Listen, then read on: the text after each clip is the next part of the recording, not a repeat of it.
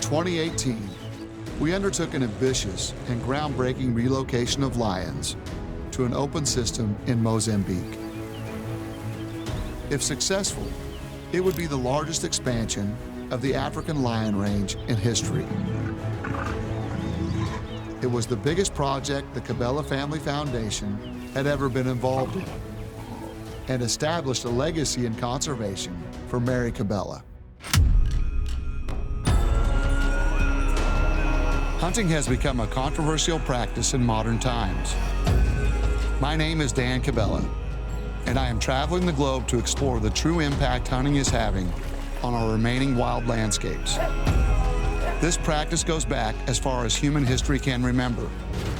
But does it have a place in modern conservation?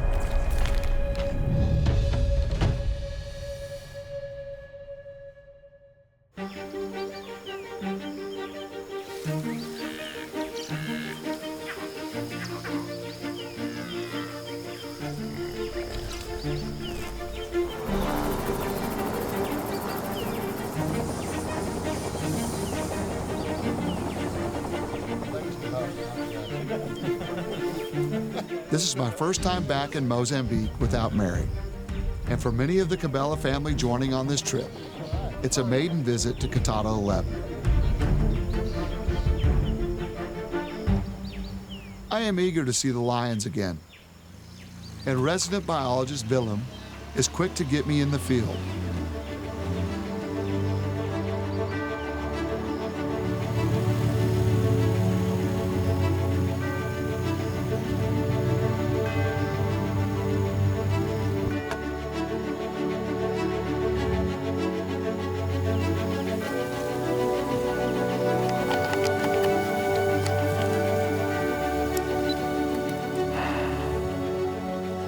It's been 3 years since I have seen the lions in Catata 11, and it is a special moment to lay my eyes on them again.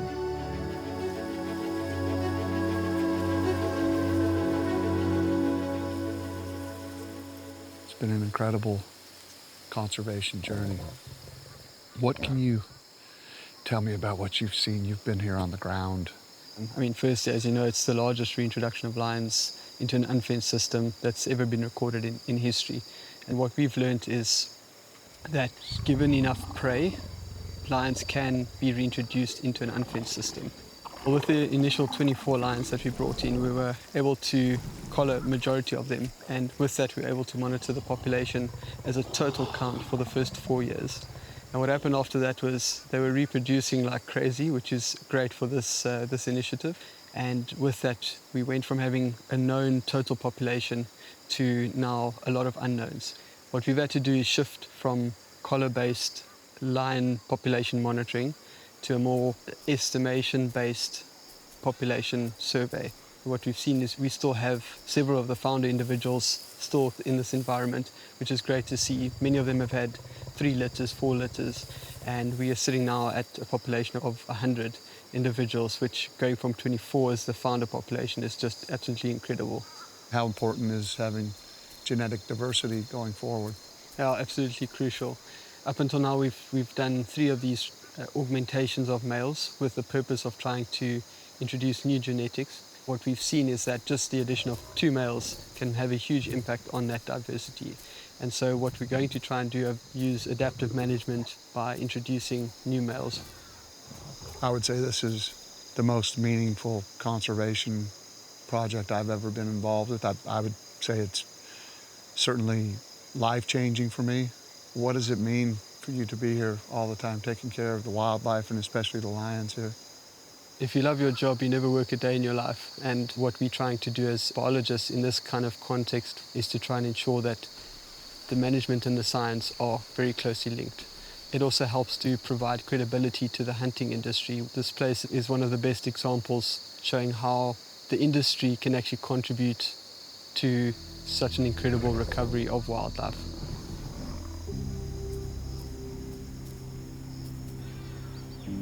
The following day, I get an opportunity to see this active, science-based management at work. What we'd really like to do is to try and put a collar on one of these second-generation lions. And we actually have one in mind. She's on the edge of the floodplain. We've last seen her in an area called Beatles Island. It's around this general area here. We'll start there. The team has several lions to collar, and there's only one way to do that efficiently in Catata 11, by helicopter. With concession owner Mark Haldane at the controls, Willem is joined by veterinarian Hugo Pereira, who will administrate the dart and oversee the procedure.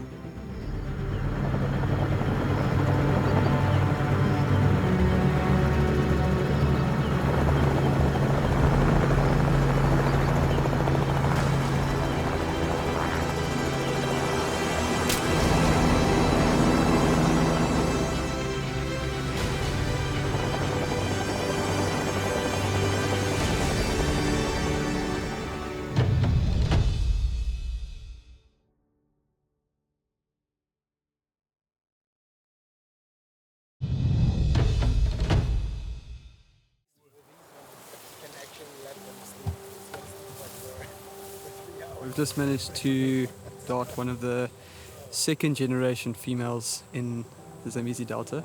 She's been sedated for just over 20 minutes, so she should be down.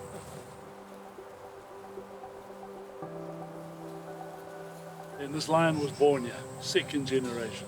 How special is that? Pretty awesome.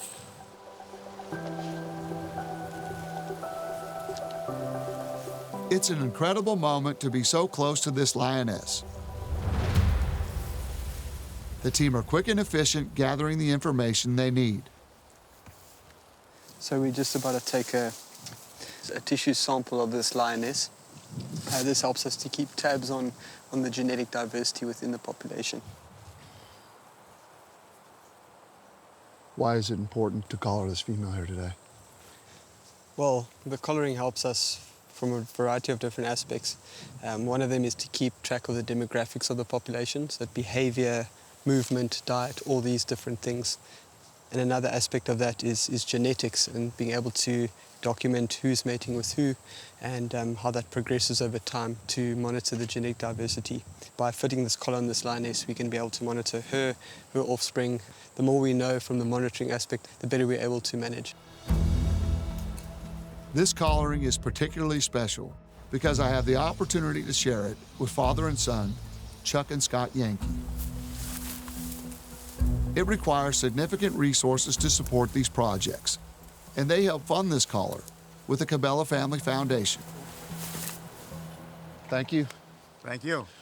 Really appreciate you guys coming out and supporting this project. You know, these guys, they need to keep track of them. It takes a big effort and it takes a lot of money. So we appreciate you guys contributing to the 24 Lion Project, which is now, we can almost start calling it 100 lions at this point. And we're very excited to have you here. We're honored to do it. Glad to be a part. You're doing amazing work here. Yeah, yeah. Sometimes it takes a little bit of checking. We always want to make sure that it is just right. We try to look for them.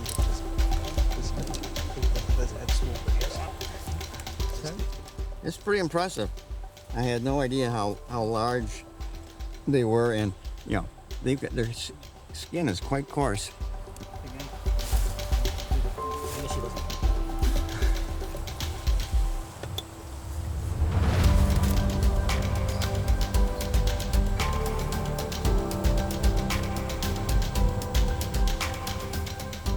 Every intervention like this can be very stressful to the animal. So the little we can do to try to minimize that stress is what we try to do.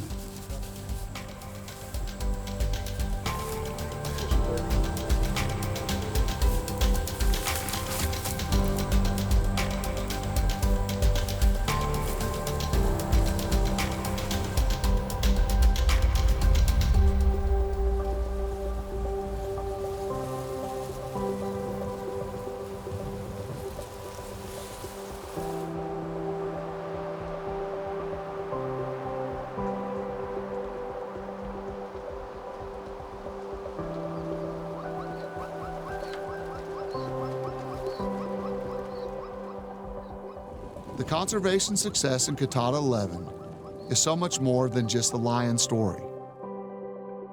As populations of all game flourish, it provides the opportunity to help repopulate other areas with wildlife. Earlier in the year, that's exactly what happened. With a request from Gorongosa National Park to help bolster their zebra numbers, a capture team was assembled to translocate a herd of zebra. Mass capture is about preparation and timing. It's an operation the team has done hundreds of times before.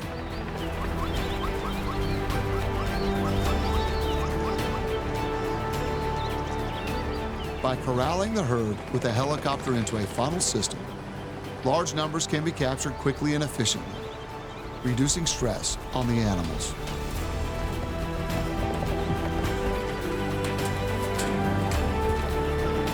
Once loaded aboard the trucks, they make the overnight journey to the national park.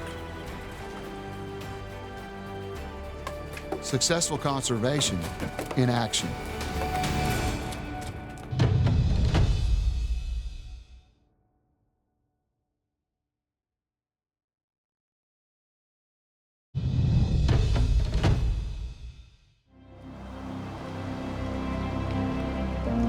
At the heart of conservation is collaborative working, and a few months later, Gorongosa were able to help the Lion Project in Kitata 11. As part of the ongoing work to bolster the genetic integrity of Kitata 11 lion population, the time had come to find 2 more males. Gorongosa answered the call, identifying a coalition of 2 brothers for the translocation. Located an hour by plane from Kitata 11, first they needed to find, tranquilize, and move the 2 lions to a holding boma within the park.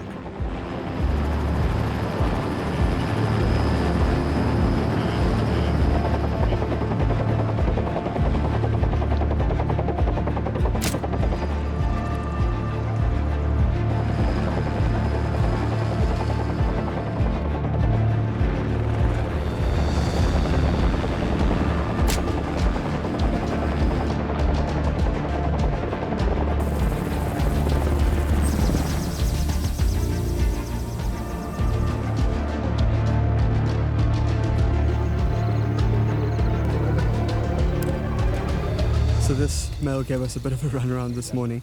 He was in some tall reeds here in a river with water, and fortunately he managed to come out, and we've got him sedated here, and we're about to load him in the helicopter, transport him to where the vehicles are, and from there he'll be driven to the boma. So far things are going well.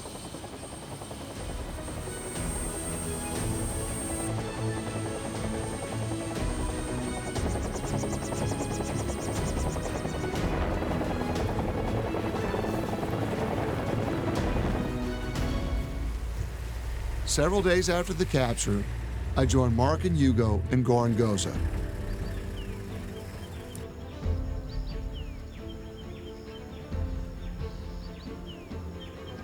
It's time to move these 2 brothers to their new home.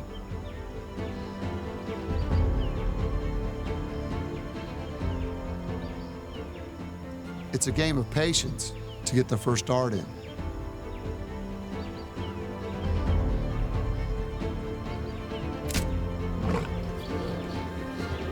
After some cat and mouse around the boma, the team have both lions tranquilized.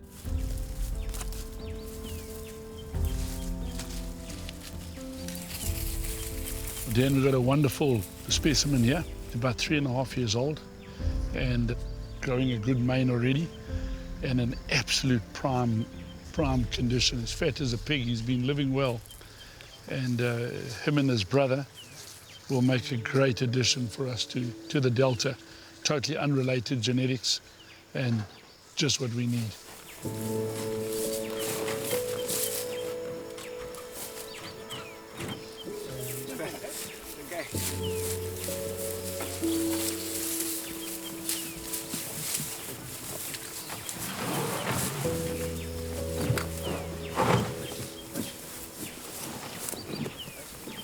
Well, we've got the first step just about complete.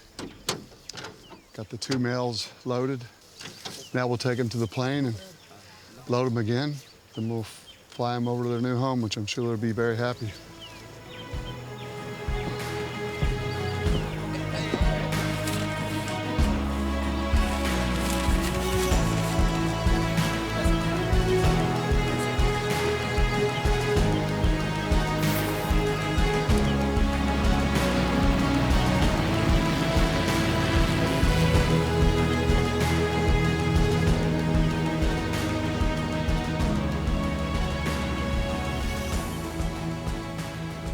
As we fly, Hugo closely monitors vital signs, ready to top up the anesthetic when needed. It's a steady and thankfully uneventful flight, and soon we touch down at camp.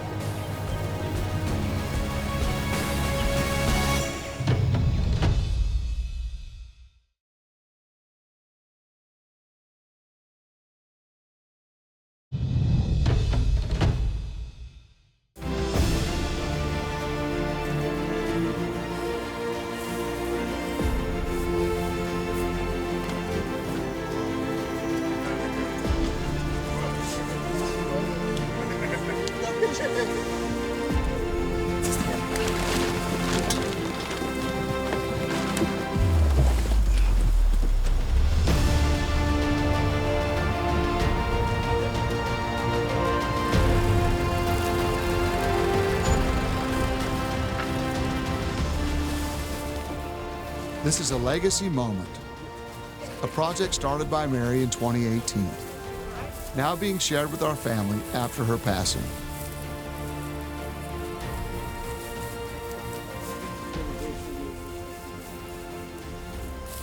It's really such an incredible story to see an area that's gone from essentially 0 lions to 100 today. Yeah, it's amazing. It's been quite the journey. Well, I say we get this collar on before this big boy wakes up and decides it's hungry. Is that loose enough or too loose? That's too loose. It's not super tight, but he's going to get bigger, right? He is, and as you can see, his mane is still quite small, so he's likely to increase in size. I think this should be good. Let's tighten it up and we'll turn it around and just have a look. In 7 years, we've gone from our initial population of 24. Now we can boast that we have 100 lions. We have 100 lions. Congratulations on that. Congratulations to you too, Dan. Thank you. Definitely a legacy project for our foundation. I think it's the thing we can be most proud of, and we've done a few things. This one is way at the top. This was, in my eyes, probably the most favorite thing that Mary was ever a part of. It was an honor for us to be part of it too. And then we're humbled by the support you've given us. We couldn't have done this without you. Your foundation, and Mary is the mother of lions on top of it too. It's been a fantastic walk for us too.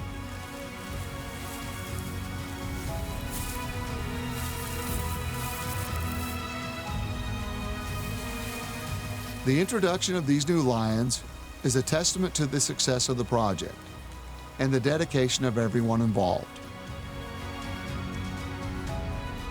As we leave the lions to wake up, I feel a sense of contentment that this project truly is a success.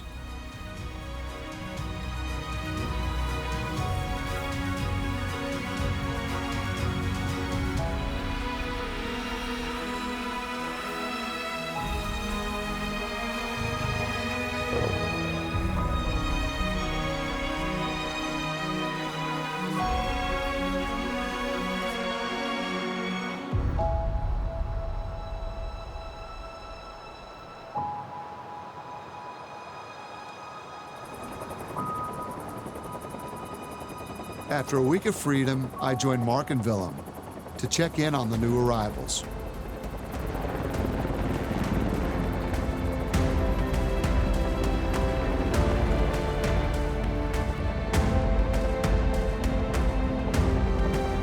With GPS tracking and radio telemetry, it doesn't take long to narrow down the area.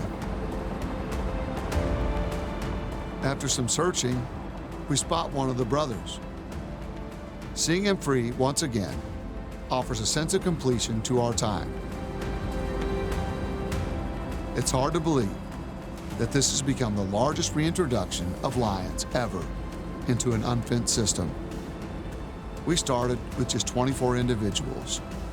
Now, there is more than 100. Conservation isn't just about increasing populations. It's about expanding safe habitat range. That is where the true difference can be made. And that's what has been achieved here.